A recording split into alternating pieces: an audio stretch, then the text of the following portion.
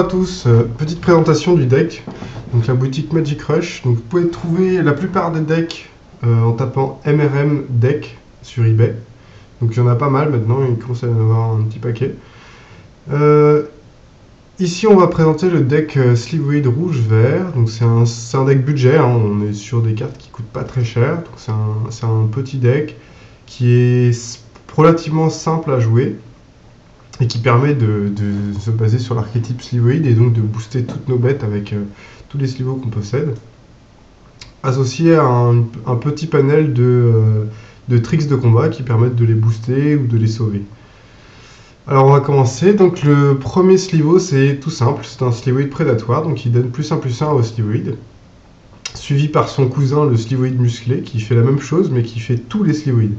Donc ça veut dire que s'il y a des Slivoids en face, ça marche aussi pour les Slivoids en face, alors que l'autre c'est que ceux qu'on contrôle. Donc juste petit intermède, c'est la deuxième version de ce deck, parce qu'à la base le deck jouait des Slivoids virulents qui permettaient de mettre des marqueurs poison sur l'adversaire. Mais en fait comme l'adversaire mourait toujours avant d'avoir atteint le nombre de marqueurs poison, ça ne servait à rien. Et donc on joue des Slivoids aiguisés à la place, donc les Blade Sliver qu'on voit au milieu rouge. Donc c'est une 2-2 qui fait +1/+0 au Slivo, donc en fait il est 3-2 tout seul. Donc c'est plutôt pas mal. Et en fait c'est intéressant d'avoir une bête qui est un peu statée en défense, au cas où. Parce que si on a déjà plusieurs Slivoids qui font +1/+1, il devient très très gros.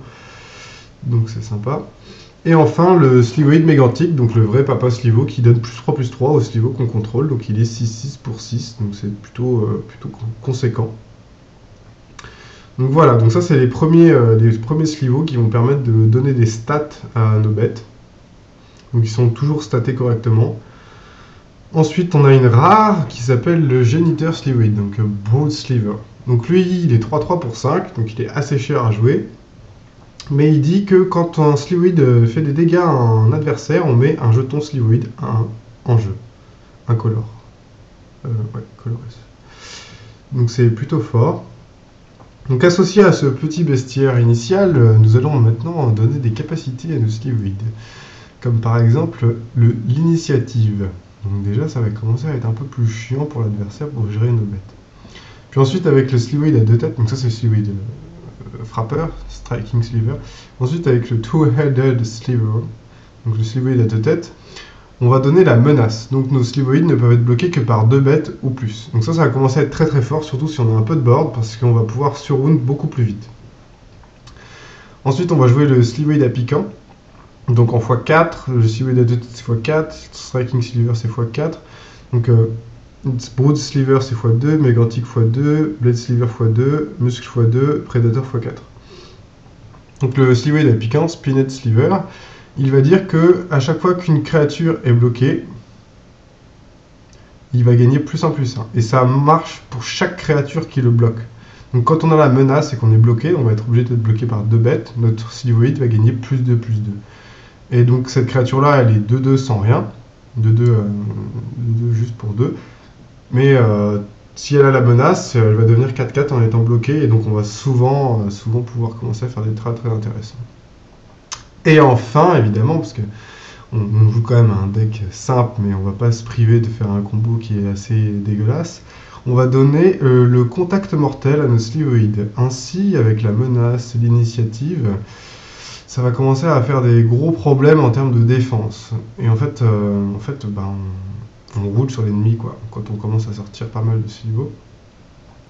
Et enfin on arrive à la dernière carte qui s'appelle le Slivoid Wash-Feu, donc Firewake Sliver. Donc c'est la carte la plus triste du pack parce que elle dit qu'on doit sacrifier des Slivoids et c'est très triste de faire ça. Cependant, ça permet de faire gagner +2/+2 à une créature. Et en fait c'est une carte qui est un finish très très intéressant. Parce que si on commence à avoir un peu de board et qu'on a la menace, il y a forcément un Slivo qui va passer. Et on va pouvoir sacrifier notre board pour pouvoir booster le Slivoid qui passe et forcément kill. Donc c'est vraiment un finish.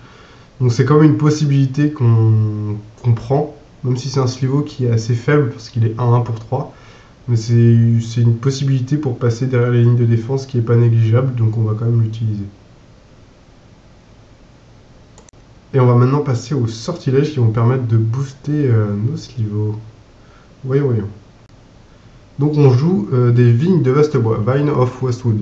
Alors ça c'est vraiment le boost très très connu, qui est très fort, pour la simple bonne raison que pour 1, il va donner la défense talismanique à une créature qu'on contrôle, et en faisant le kick, donc en payant 1, il va gagner +4/+4. Attention, on ne peut pas payer plusieurs fois le kick, mais on peut payer une fois, et donc pour 2, on va pouvoir rendre inciblable une bête et lui faire gagner +4/+4.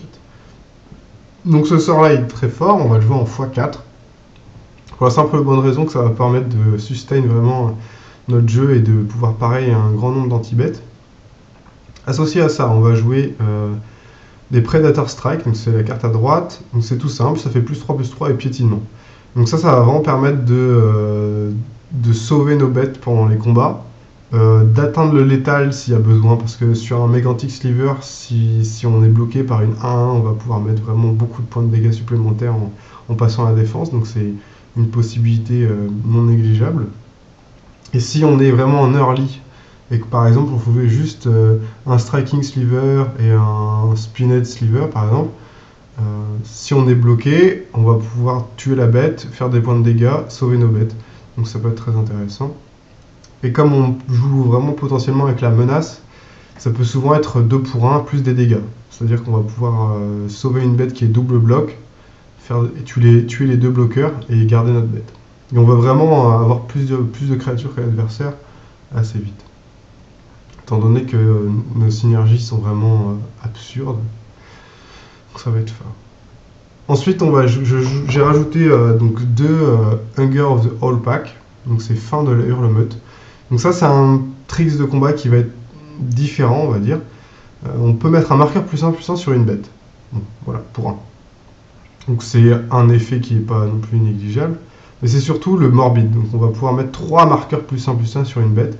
Et ça, si on est en early, par exemple, on a beaucoup de créatures à 2. Donc mettons qu'on joue un tour 1, on joue Striking Sliver, on a de la chance, on a un tour 1. Pour 2, après, on joue un Predatory Sliver. Et pour 3, on joue un, mettons, Spined Sliver, et on fait une phase d'attaque avec nos 2 bêtes. S'il a une réaction, il nous reste quand même un mana potentiel. Et donc, s'il nous tue une de nos bêtes, on va pouvoir mettre 3 marqueurs sur l'autre, et notre adversaire va tirer une drôle de tête de se trouver devant un Striking Sliver 4/4, tour 3. Donc ça peut être assez drôle. Voilà, c'est ce petit genre d'interaction qui est sympa. Donc le deck il est plutôt basé sur les phases de combat et essayer de bien organiser ses créates pour faire bien mal.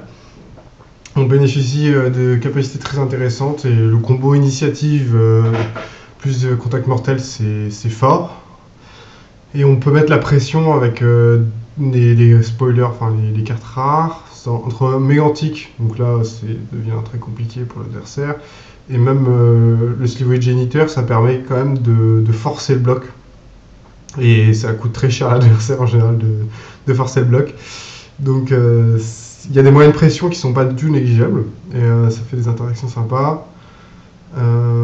Après, bon, c'est un deck qui est budget. Normalement, en termes de prix, je suis autour de 50 € pour ce deck. Donc c'est livré avec des sleeves. Donc le deck tous mes decks sont prêts à jouer. Donc les decks sont slivés, enfin, ou à sliver, mais il y a des sleeves avec. Et c'est toujours possible de commander les decks soit en français uniquement, donc toutes les cartes sont en français, soit en anglais. Après, dans ce deck-là, normalement, les éditions correspondent aux photos. Mais parfois, dans d'autres decks, vous pourrez trouver des cartes qui ne sont pas forcément l'édition de la photo, parce que je fais en fonction de ce que j'ai, donc des fois c'est pas forcément ça. Voilà, donc si vous aimez bien les Slivo, n'hésitez pas à acheter ce deck qui est très sympa à jouer. J'ai également 2 autres decks Slivo, donc un très héros avec les reines Slivo et tout le bordel. Et j'ai aussi un autre Slivo psionique qui est moins compétitif que celui-là, mais qui est aussi très drôle à jouer, qui est basé sur le lien de vie et les capacités de blast des Slivo. Parce qu'on peut blaster avec des Slivo, c'est possible. Donc n'hésitez pas. Voilà, bonne journée, bon jeu.